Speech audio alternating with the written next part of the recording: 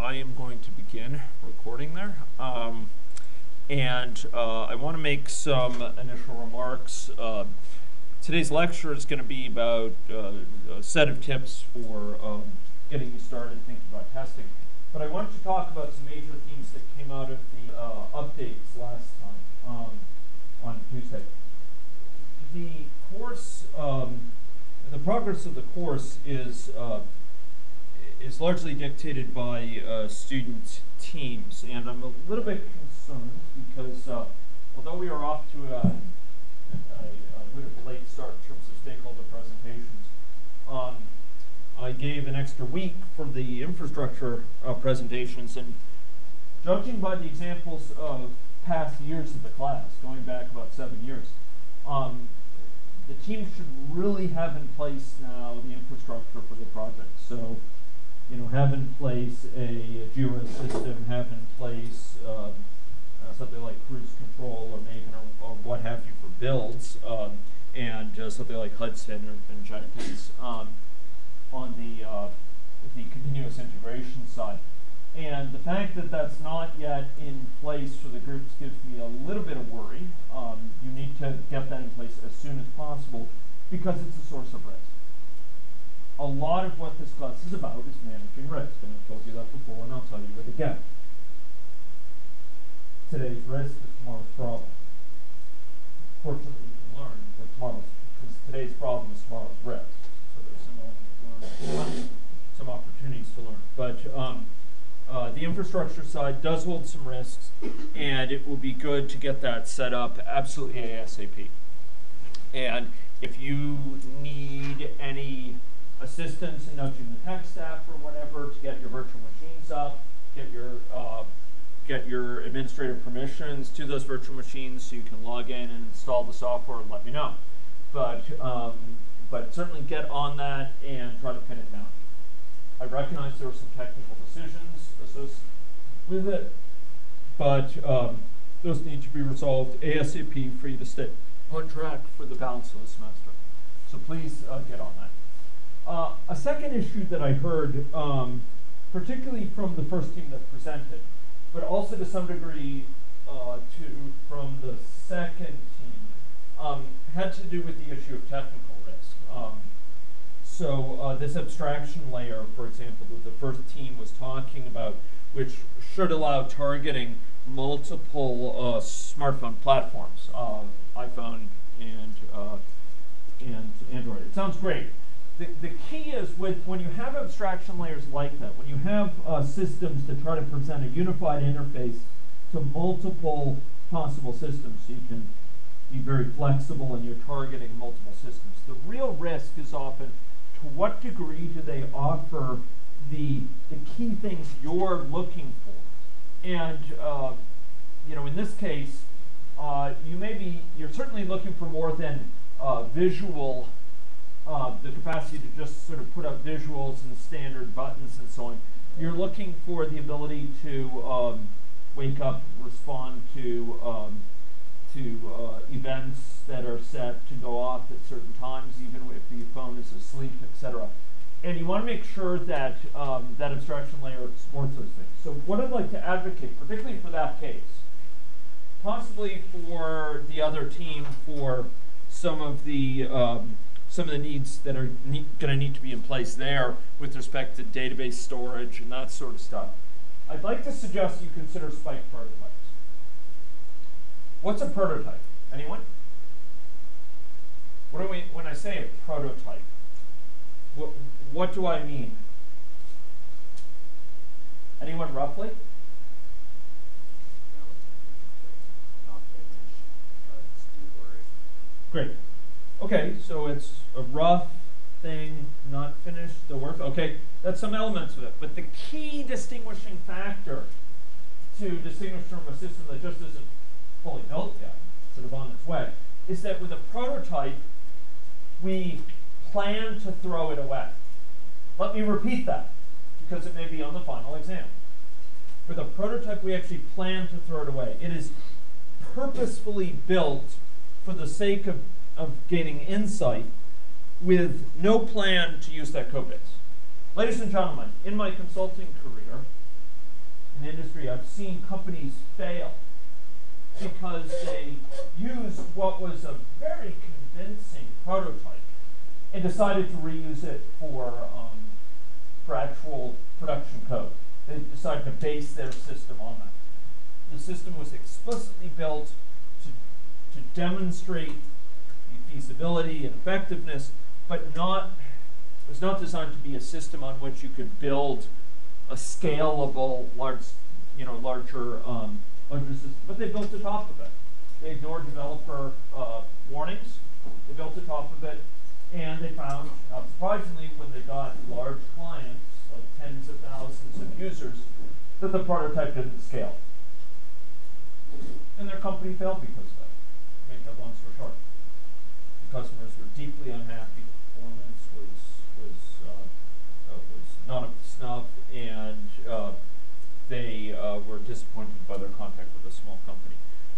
So prototypes are distinguished by the fact that not only are they kind of rough and just built for exploration, but you don't plan to build on top of them.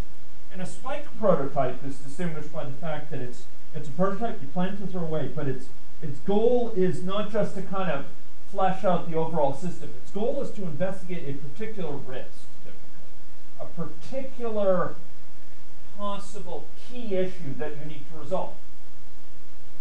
An issue that you might need to resolve in this case might be something like, to what degree does this abstraction layer you're dealing with,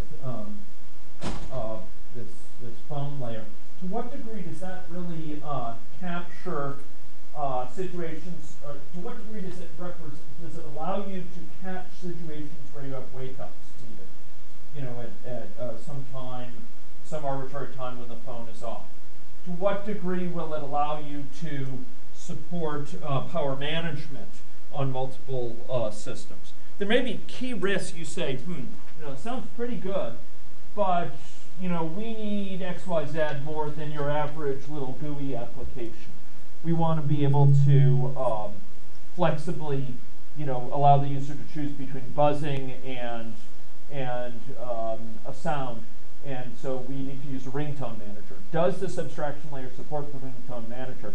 You might be able to get some idea from the API documentation, be enough. But for certain things, you may well want to put in place a Spike prototype that just demonstrates it. It just does it.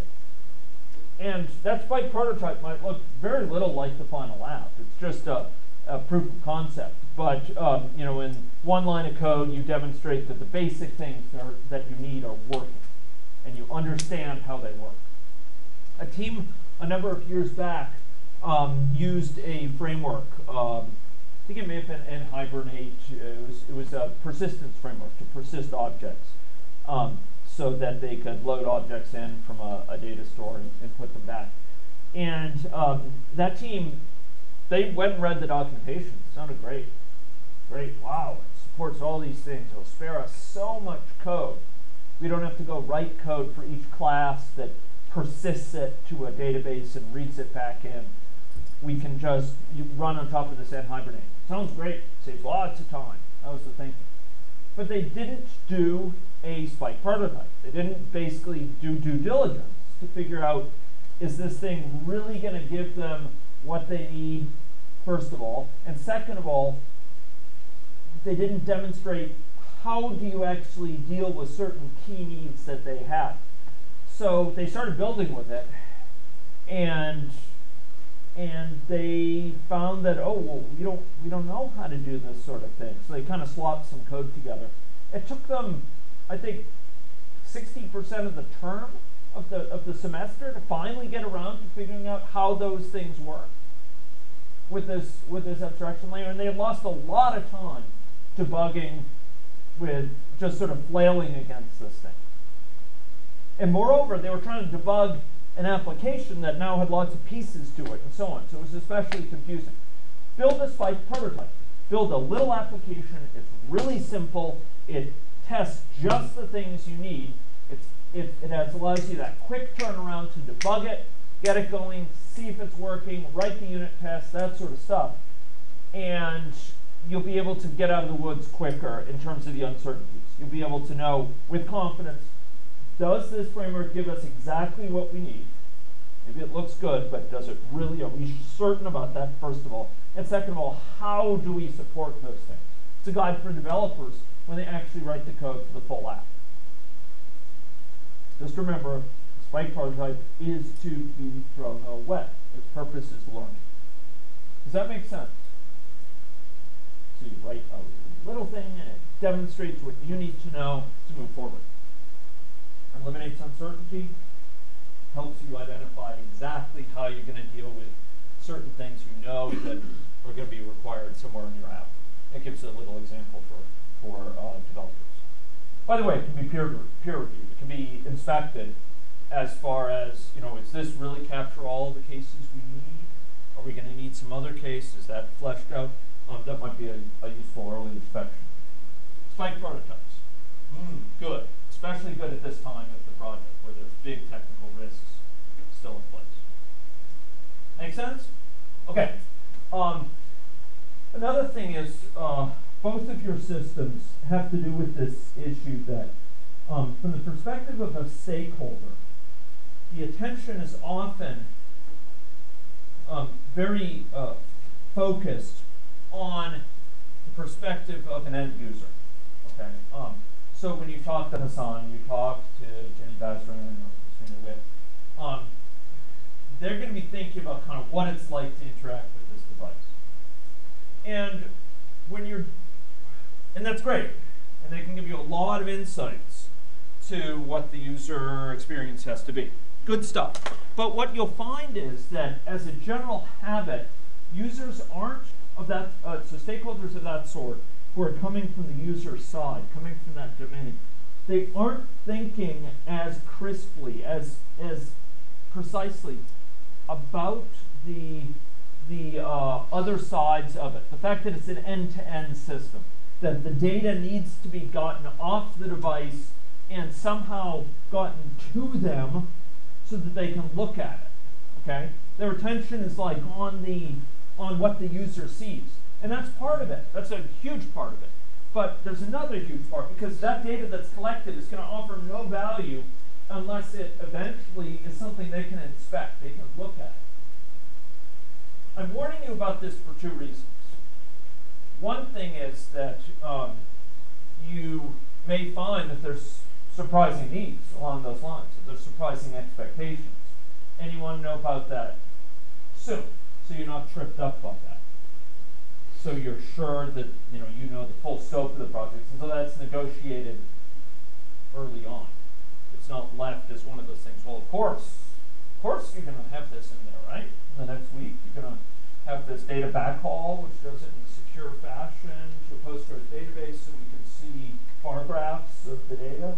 You're going to all do that in the next week, right? Of course, that's part of the vision.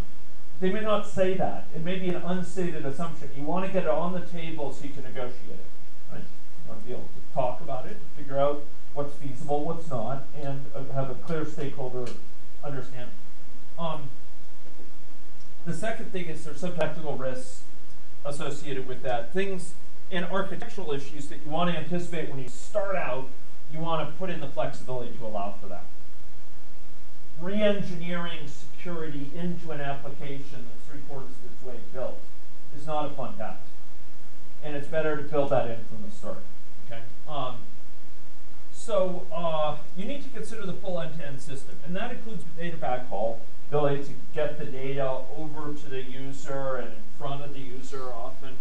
That's part of the full solution. Not part of the app. We get focused on the app. We as developers can sometimes get very caught up with the app. We're talking here about a solution that delivers value. And for it to be a full solution, you need to get the data back to the person and understood. So it's not merely data, it's understanding that comes out of it in some sort of interface. The other thing is an admin interface. And this is really easy for users to overlook, for stakeholders to overlook. They may not appreciate the importance of the administration of IT because they're not exposed to it. Good IT systems are hidden, and good IT systems basically do their job with little fanfare, with little attention. And when they're operating best, they're easily forgotten. They're in the background. They're getting their work done. And one of the things that we have to deal with, folks, as computer scientists and as people who work with the IT systems, we deal all the time with administrative interface, admin interface. We sue to root, right? We go and do a special login to a special control panel for a web server, what have you, to allow us to set the settings. Stakeholders are by and large not seeing that thing, and you'll want to find out early on the exact character of how the study, or say the people who run the study, so Jenny and Christina, what sort of special interface will they need? Or someone like a Hassan who's running this, who's building this system, wants to build this system for questionnaires. What sort of special interface do they see? They might forget that because it's not part of when they think of what the user needs. It's not part of it, but that's a derived requirement. The user needs perhaps is something that they express, but there's a set of derived requirements for what does that take. What does that take to achieve? And maybe, for example, you want parents to be able to go log into the system. Well, okay, there needs to be some admin interface then for, assigning passwords or resetting passwords and that sort of thing. That's something that often we have a better idea of what that might look like than your stakeholders, because they don't deal with those sort of interfaces a lot. They're not perhaps power users who are accessing admin interfaces all the time. Maybe you want to change something about how the security is done, or which networks. If you have a data backhaul that's taking data from your device back to the stakeholder, to the stakeholder's institution, you want to know on what networks is it allowed to send that data back. Who's going to set that information? Is it going to be specified through a web interface or through a config file? You folks need to think about that, because the stakeholder's not going to think about it. They don't understand the options there. You have to think about this, maybe pose options, lay them on the table, and find what works for the stakeholder. First, they're concerned, you could talk about an H2 database versus a Postgres database. They don't know. Database? Not even clear what a database is. How does that compare to a file? You're going to have to do some education there, and you want to be thinking about this end-to-end system. And especially when it comes time to present data to the user, you want to know exactly what sort of data they need. What sort of data needs to be saved away? Does data need to be saved away? Does data on compliance by people? Does the fact that the person responded to the buzz for the water pill, is that something that Jenny Bausman and Christina Witt need to know about? Do they want to know about what fraction of the time were the phones even powered? In other words, were they actually working? Were they out of power during all that time? Maybe the system they're building is going to be much less effective if people are going around just letting the batteries die on their phone. To heck with it. Just let the battery die, then we don't have to be bothered being woken up at 2 a.m. to take our water pill. But maybe that's something that they didn't tell you, but they're going to want to know. You want to be careful about these things. If you want an end-to-end system that delivers value, you want to make sure these things are scoped and that they don't come up, in the last 2 weeks of the course when, again, it's assumed. So you want to make sure you're clear about what data do they need presented to them, stakeholders, do the admin users need back, and make sure there's no hidden items on there. No items that you're not collecting, that you're not planning to collect. Maybe it's as simple as the date at which each date and time at which a survey was saved away. For the survey. Maybe Hassan wants for each question answered the date and time at which that question was answered. Maybe they want to know, was someone answering them just you know, in a pro forma way, one after the other, really quickly, or did they actually pause and think about it? You want to be clear about this because you don't want it to surprise you later. So you want to be clear, okay, exactly what data do they need? What do they want to see coming out of this system? Don't just think about the app. Think about, okay, what are you going to be looking at in terms of the outcome of the study? What exactly, or the outcome of the experiment, or the outcome of the user experience? What are you going to want further from this? Okay. Another thing is compared with your average medical resident or average medical student, compared with your average parent or average kid, Hassan, Christina Witt, and Jenny Besrin, they're going to have a somewhat different perspective. And it would be useful if you could work with a stakeholder to actually get the system tested by somebody who's actually an example of an end user, a medical student, a child or parent of a child or what have you. It's ideal if you can do that to get some feedback there, because they've been thinking about this for a while, and it may be second nature to them. And there's certain things that they're not going to notice anymore that the person first encountering it will notice. Final thing that sort of unites both projects is I think there was an articulation of some risks, and I was happy to see those risks. Both presentations included some discussion of risks, and that's good. This requirement for an updated set of risks, again, it's not a ritual. It's not a formulaic requirement. It's not merely a ceremony that I want you to undertake. I want you to undertake it because it will bite you otherwise, okay?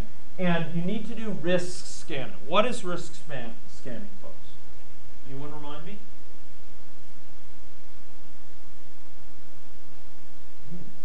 Question number one. Yeah. Well, just based off the words, I assume that it's keeping an open eye out for any risks that might be coming. Yeah. Okay. So there's two components of it. Take a note. Component one, looking for any risks that you had identified before, Brett, but are now materialized. They're coming about.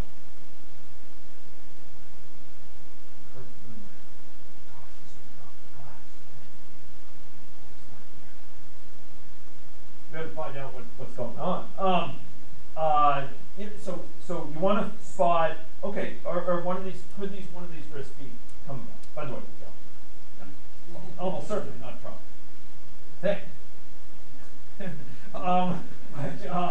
But just as an example, you want to watch for indications that there may be problems going on. It could be a fight between a developer lead and a test lead. You think that ever happens?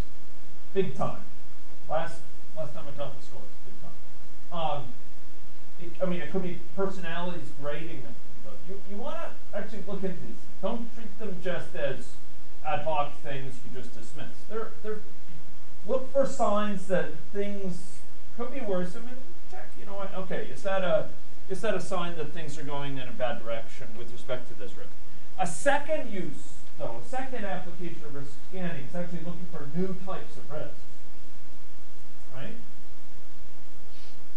New risks that you didn't anticipate before, but are now potentially points of great concern. So maybe you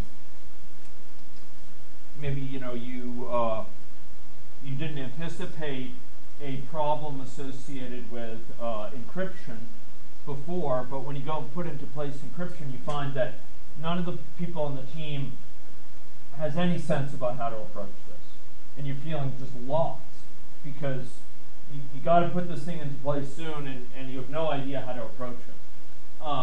That may be a technical risk you didn't identify early on, but is now of considerable concern, and you want to be tracking that day by day to figure out, okay, is this actually going to be resolved quickly in a favorable way, Or do we, for example, have to go speak with Osgood about, getting some advice on the encryption front, or putting us in contact with someone who's worked a lot with encryption libraries before, or what have you? Okay, so you need to be looking out for new risks. Start now.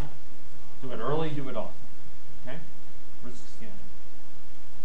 It'll spare you. It can spare you a lot of trouble. Okay, those are some comments on the projects. Now, I'm not going to stop the recording here. I'll just continue on, and we'll split it up later. Okay, so as I said, today's class is going to be shorter, but I want to get into some basic issues with the testing, about half an hour. And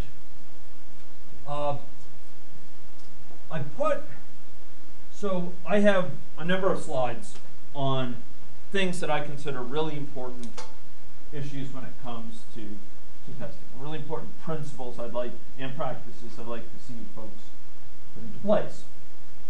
And I was kind of looking at these various slides and so on, and I decided actually, maybe I'd try to concentrate the ones I consider of foremost importance on one slide. These are the ones that, this slide includes a set of things I consider basically essential, things that are at the least extremely important, okay? The others are also important, but you could, if you could hit all the things in this slide and assiduously stick to them, if you can make sure that you accomplish everything here, you're not doing too badly, okay? Okay. Most important one. This is a philosophical point about life. Mistakes can yield net positive value if you learn from them. And bugs are similarly. Normally we think of a bug or defect as something that has to be gone and fixed in the code base, or wherever it originates, in the requirements docs, which led to the bad design, which led to the code base problems, and we have to redo all of them. We think of it as kind of a technical thing which requires fixing. And it is. And it's often something we want to fix. Not always, but often. But more fundamentally, your job is to ask yourself, what left us vulnerable to that bug? What left us at risk? Why did we get hit by that bug? What was it about our processes that allowed this to come about in the first place and slip through the cracks for so long? How did this bug with our basic functionality to wake someone up, how did that not get noticed until now? How did it get introduced in coding stage or design phase or testing? The point here is you can improve your process. You're not just slaves of fate. You're not just subject to the whims of stochastic caprice. You can actually go and change your processes to make you less vulnerable in the future. And you should be doing that. You should be learning with postmortems, for example, after each milestone. Reflect, okay, what went well, what didn't go so well, what can we do differently for the next time? Maybe it's shuffling around people in roles, maybe it's making someone who is not dedicated, or maybe it's taking someone who's dedicated, having them spend part of their time shadowing someone else. Just try to learn. Try to learn from mistakes. You can end up ahead of where you would have been if the mistake had never happened in the first place. Okay? So that's perhaps the most important, and it transcends this class. It transcends your career. It's much broader than that. Okay. And please don't try to paper up mistakes. Paper them over. Don't try to cover them up. Try to identify them quickly. Be honest about them, and try to work to resolve them quickly. And project managers, be sure to reward that. Reward people who go identify bugs. There are horror stories of projects out there that have gone terribly awry because a manager has flown into a rage when bug reports are reported. This has happened in big companies. An earlier version of Microsoft Word went down in flames because the main tester associated with the project was so afraid of Bill Gates' temper. He ended up being very optimistic in his estimates, saying that things were largely resolved. And they ended up shipping the product before it was ready.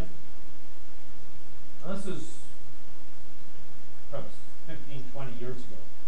And they had to ship replacement bits to hundreds of thousands of people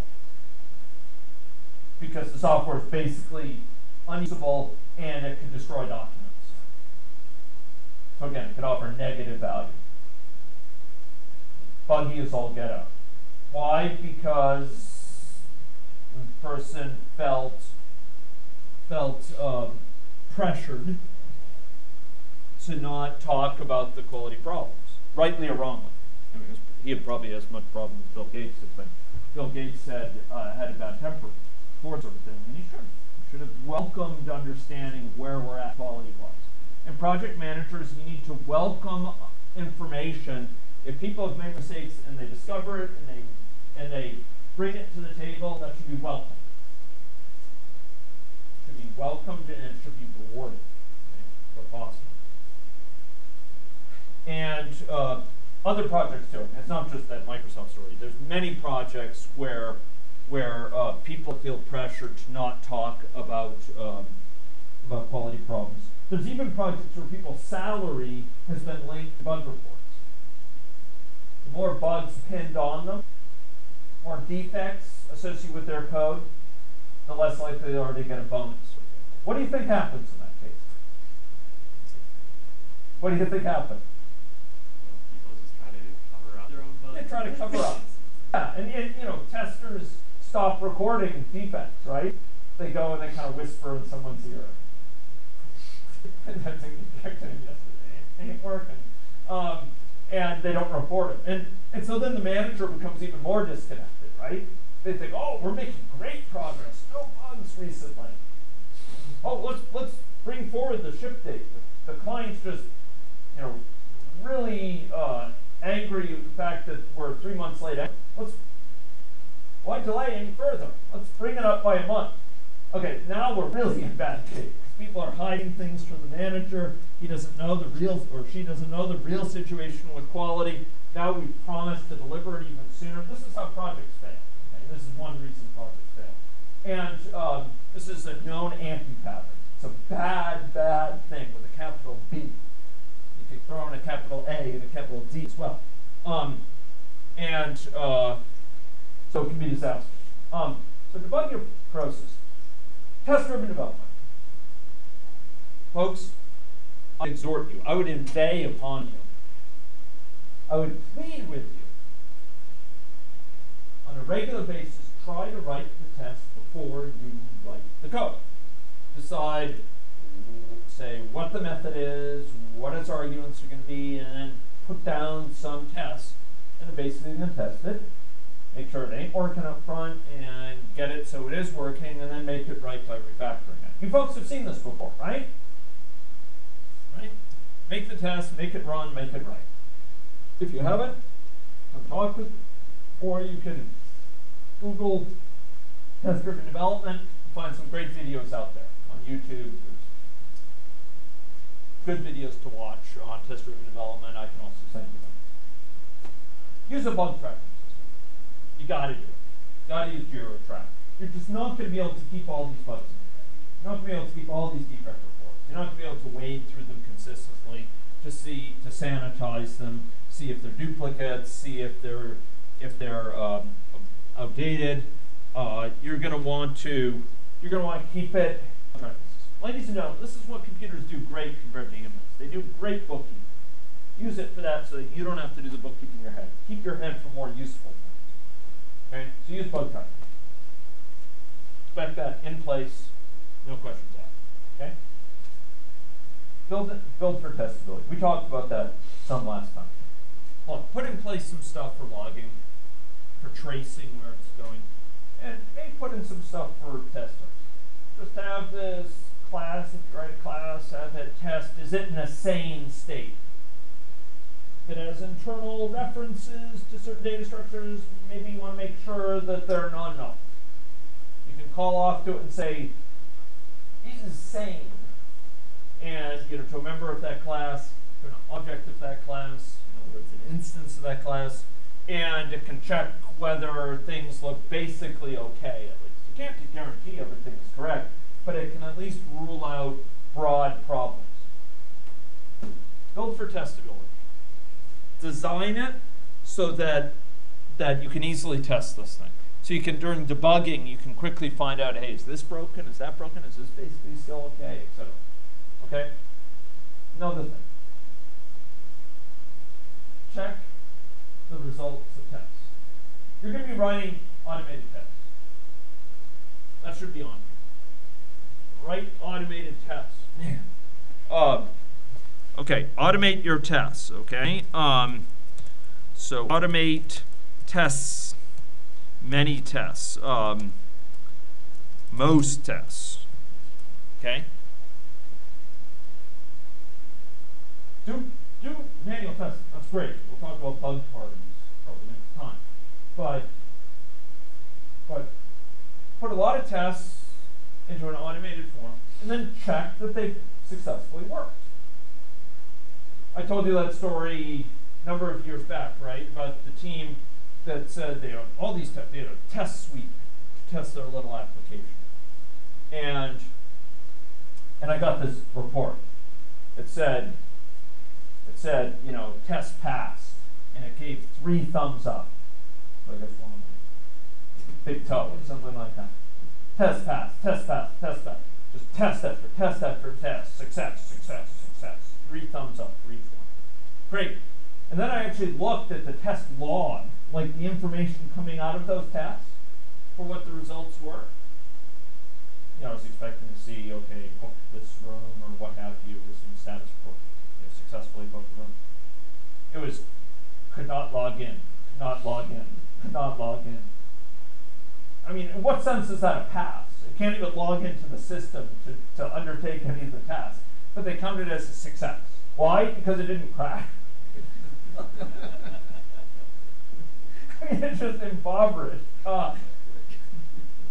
Ladies and gentlemen, those were students like you, young and in the prime of life, full of energy and enthusiasm. And they gave me 3 thumbs up for a system where it couldn't even log in. Check test errors, folks. Check, like, did it do what it's supposed to do, right? So if you're going to claim a test passed, if you're going to claim the test was successful, check, did it correctly do its job? And that may require a test hook. Ask, okay, what citizens before, what citizen after it? Maybe it could. Often the existing methods are enough. But check to make sure the test actually works. It's not just did it run. I ran a test. It's not just I ran a test and it didn't crash. You run a test and return, check the correct thing was done. Does that make sense?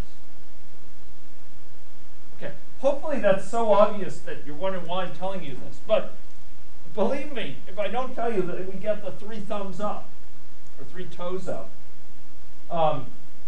Okay. Especially consider risk. Look, your projects are facing some risks right now. And when it comes to testing, you're going to want to test those areas of the code that you're most worried about early on. And we'll talk about some reasons you might be worried about certain areas of code. It's crufty. There's lots of unclear stuff in there. It's legacy code. That's not as much of an issue for you. It's using some components that the developer felt they didn't fully understand. They weren't sure that this is how it should work. It involves some new technologies. It involves some code against a library they downloaded from the web, and they couldn't get many people's comments on it, so they're just hoping it's working. Test these things early on. It's spike prototypes or test them in the form of tests of your system. Okay. And create a prioritized schedule that reflects that. Okay. When you're writing bug reports, do so in a way that tries to be clear. Look, if you're going to take the time to do it, you might as well do it right. Okay. So that the person who gets it will know basically what's going on, and so they can get onto it. And try to make it balanced, not needling the developers needlessly. Okay. Consider pair testing and buddy testing. I distinguish those. Pair testing involves two people doing testing side by side, often manual testing. And they often will stimulate ideas for the other. Oh, let's try this. Oh man, that was weird. Did you see that? Yeah, I saw that too. Okay, what should we do? Oh, maybe we'll try going back 2 steps and trying that again. You see it? Yeah, I saw it again. This ain't looking good. Okay, pair testing, side by side. And it's like pair programming. You learn from each other. You develop the thoughts the other one had in new ways, etc. Okay, good stuff. Buddy testing. A writes tests for B's code before B writes the code, and vice versa. They write tests for each other's code. The other one writes the code to pass the test. Great stuff. Great stuff.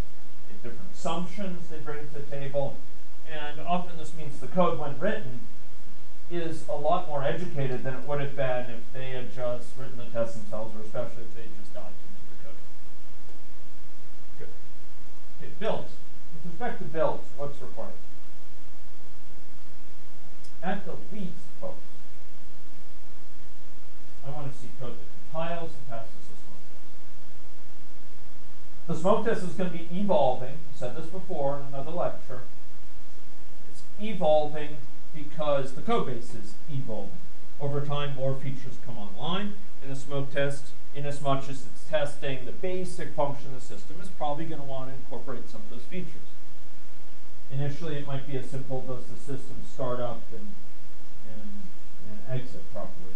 Maybe later it's going to be just a start up and does it load a config file properly. And as features come in, you're going to be wanting to have the smoke test incorporate those. Maybe it's a reminder that needs to pop up at certain times. Maybe it's the ability to send off a survey to the server, what have you. But the smoke test is going to be evolving, and make sure it runs when you check things in as a test, because everyone otherwise might get polluted code that's not working, code that is failing, and it's distributed to them, and it screws people up.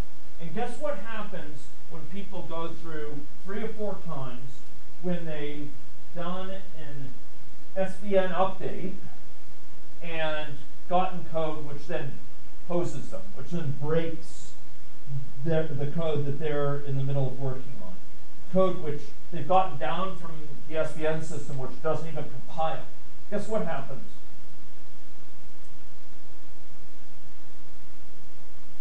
So suppose people, remember what you're supposed to do daily. As a developer, I want you to see at least daily what?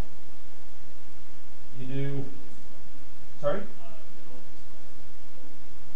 Yeah, that's the daily build regimen, and it should be done at least daily, in fact, on every check-in, so that's good. But there's actually something else I expect every developer to do daily. Yeah, update the repository. Do an SVN update. Get the code from other people, right? You may be working on this complicated algorithm for 3 days, juggling classes, and you just haven't had time to check it in. At least at doing SVN updates, you get other people's changes. It'll mean when it's less a big bang when you, just before you do check-in, you're going to be testing your code. You don't want to do the SVN update for a week then and get all these different things. You want to do it as often, frequently, at least once a day. And what I'm saying is, suppose I do that, an SVN update, and I get down code that won't even compile. What do you think what's going to happen? I'm going to stop doing an SVN update, right? I'm going to say, well, man, that's risky. I'm not going to update in the middle. But last 3 times I did it, I got a broken code. That's, ladies and gentlemen, why we have code pass the smoke test. So to lower that risk. and it keeps compliance with this whole thing about updating once a day. People are not going to update once a day if they feel that updating is hazardous. You're going to try to minimize the number of times they do updates. So in this case, we want to run a smoke test to make sure that your check-in basically is sane. It compiles, and it isn't totally host the system. There's other reasons too. It may be that two developers check in just after each other, one just before the other, and they didn't have a way of getting the other's code first, that they're compatible. But one of the big goals is that you haven't just uploaded something which is going to break everyone else's code. Second of all, do unit tests where possible during the build. In really large systems, this is not possible. You couldn't do unit tests for all the software, all unit tests during the build, every build. But in your systems, you can. You're going to have modest numbers of unit tests in the course of the semester. I would be happy if you have hundreds. And with today's hardware, today's compilation environments, that shouldn't be a problem. Run your unit test during the build. Just go and test the system. Run the smoke test and then run the unit test. See if anything breaks. You might have broken something somewhere else by how you handled something.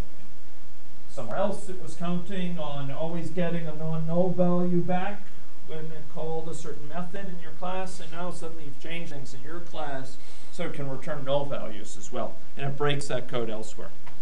That will be showed by a unit test, and you can resolve it quickly. And by the way, those unit tests during build, that should be stuff you do before checking in. So you make sure your code is working against unit tests before you do a check-in. Good stuff. Okay. Communicate requirement deltas. This is a significant issue in these projects. You have certain designated people who may go talk with the stakeholder. It's tough. Believe me, I understand how difficult it is to run a project with 7 or 8 plus people with different schedules, different commitments, some of them potentially having outside jobs or other commitments, and trying to schedule things with the stakeholder. And what it sometimes means is that it's just a few people go. Project manager and the dev lead, or project manager, dev and test lead, or whatever. I accept that. Not great. Better if more people can go. Rank and file developer is great. But the point is that you may hear things at that meeting that the people who go to that meeting, they hear things that impose requirements changes. And it's really important that they communicate those to the other people on the team. They communicate them so that they're aware of the changes. One of the bigger hazards that can occur in teams like this is that certain people are aware if the requirements change and others are not. Some people just continue going on developing, thinking the requirements are as they were before. And it's only later when you have code clashing or when you have tests running that you discover this. And a lot of needless code has been written. Sometimes it's a lot. So ladies and gentlemen, make sure, as far as status updates, that you send something around to your group if you're going to talk with a stakeholder, or that you have a group general meeting where you mention these things. Again, I'm not interested in documentation for the sake of documentation. I'm interested in documentation to save your butts, okay? To spread understanding around what the situation is, and to communicate to me that you know what you're doing, okay? That where you're at, so I can give you advice and the TA can give you advice. And one of the more important points of communication is just sending around an email, not as a ritual, but your meetings with the clients. For those who weren't there, you want to update people, and it's a good record of what happened. If you later go back to it 2 weeks later, what did the client say they wanted? Oh yeah, we have this email about it. We'll go back and check, and it'll specify. Okay. Okay. Another thing is testers here. Make sure that you regularly talk with the developers. One of the anti-patterns that comes up in this class is the developers and testers are solitudes. And the testers don't know what the developers are doing, and the developers don't know what the testers are doing. Maybe that sounds inconceivable. And it ain't inconceivable. It happens. It happens in real world projects too out in industry. But it happens in these projects. And it is extremely dangerous when it happens. They have different understandings of the situation. The testers don't know what to test, what's the latest version or what have you. They don't get information. Project managers, I expect you to mediate this relationship and make sure that the developers and testers are in contact with each other and talking on a regular basis. Okay, time is running down here. Just want to make a few other comments. We'll continue on next time. One is defect tracking systems. So I mentioned I expect this in place for the teams. You want a shared system for the entire group. People often depend heavily on this, especially after the system is feature complete for a given iteration. So in other words, all the features are in place, and now we're removing bugs and so on. And often people will link these to reporting tools, or they'll link it to SVN, for example, or Git. So you're tracking this defect, and maybe it's related to a certain test, or maybe a certain build failure, and you want to record that number with it. You should really think about using this to track change requests from the client, other issues. So in many circumstances, it's an issue tracking system. Okay. Some other suggestions. As far as sort of your test environment, what environment are you going to use to test this system? What tablet, for example, or it's phone, or is it a phone and tablet? You want to have a clear understanding of test mode. What Android version, screen sizes for that. Have some idea in mind. Or set the state following the test. If you're going to be doing a test on a system like that, you want to make sure, again, it's against a known reference point, a known baseline. You know what the situation is before, and if needed, you could go back and rerun the test and get exactly the same results because the state before the test is known. Okay. A couple other things I mentioned prior to schedule, prioritizing, addressing certain risks. Release criteria. At what point will you consider your system ready for release? If there's 2 priority 1 bugs, is that unreleasable? How are you going to judge that?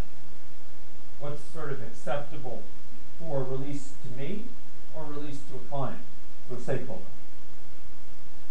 I mean, these priority 1 and priority 2 bugs, the reason we do that is it's not just an exercise. We're not just play acting like we're professional developers who do use that. They use it for a reason, and you should use it for that reason. It flags different levels of concern, and people use them to decide when is it ready. When is the system ready to be shown for a demo, for example? And it allows you in a quick glance, you can look at the count of priority 1, 2, or 3 bugs or whatever. It allows you to glance and see how are we doing, how close are we to a situation where we can release it decently. Excuse me. Okay. I gotta get outside. I'm off for some testing. I'm going to stop here and allow you to continue your